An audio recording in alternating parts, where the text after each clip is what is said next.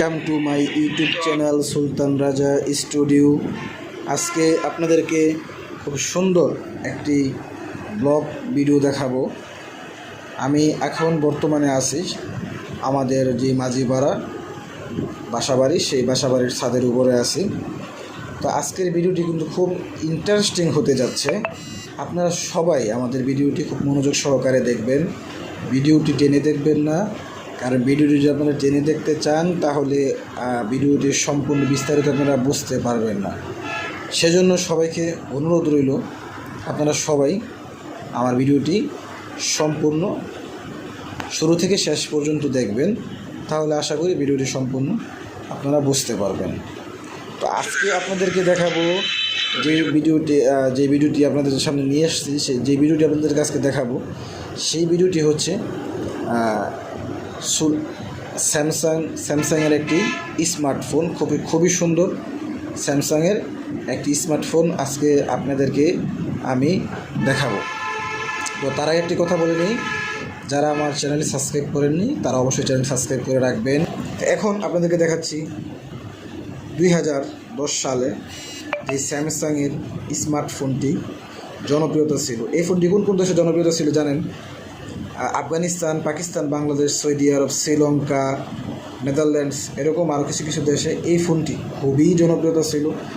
এবং ল্যাটিন আমেরিকাতে the rock, আপনারা সবাই চেনেন WWE দ্য রক, সেই রকের হাতে এই ফোনটি কিন্তু ছিল। এই রক কিন্তু এই ফোনটি অ্যাড করছে, এই ফোনটি নিয়ে কয়েকবার অ্যাড করছে। এই দ্য রক এই ফোনটি অ্যাড করছে এবং WWE এত বড় কোম্পানি, সেই কোম্পানিতে কিন্তু এই ফোনটি কয়েকবার অ্যাড করাইছে। সেই কাঙ্ক্ষিত ফোনটি আমি কেনার জন্যে US থেকে আমার এক ছোটো ভাই দিয়ে তাকে বলছি, সেই ফোনটি আমার জন্য পাঠাইছে। এখন আপনাদেরকে আনবক্সিং করে সেই ফোনটি আমি দেখাচ্ছি। বক্স থেকে খুললাম স্যামসাংয়ের যে ফোনটি, দেখেন ফোনটি কত সুন্দর একটি কালার, আমার থেকে খুব ভালো লাগতেছে ফোনটি।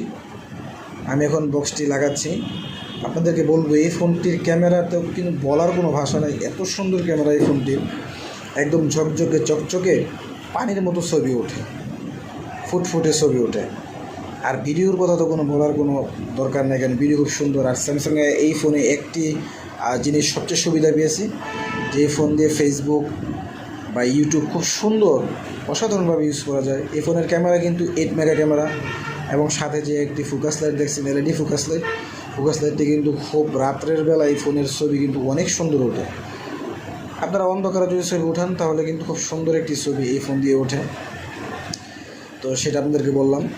এই স্যামসাং এই ফোনটি কিন্তু খুব জনপ্রিয়তা ছিল। এই ফোনটি কিন্তু সবার হাতে অ্যাভেলেবেল ছিল না, কারণ গ্যালাক্সি S3, গ্যালাক্সি S4, 5 যে ফোনটি, সেগুলোকে পাস করছে এই ফোনটি স্যামসাংয়ের ভিতরে।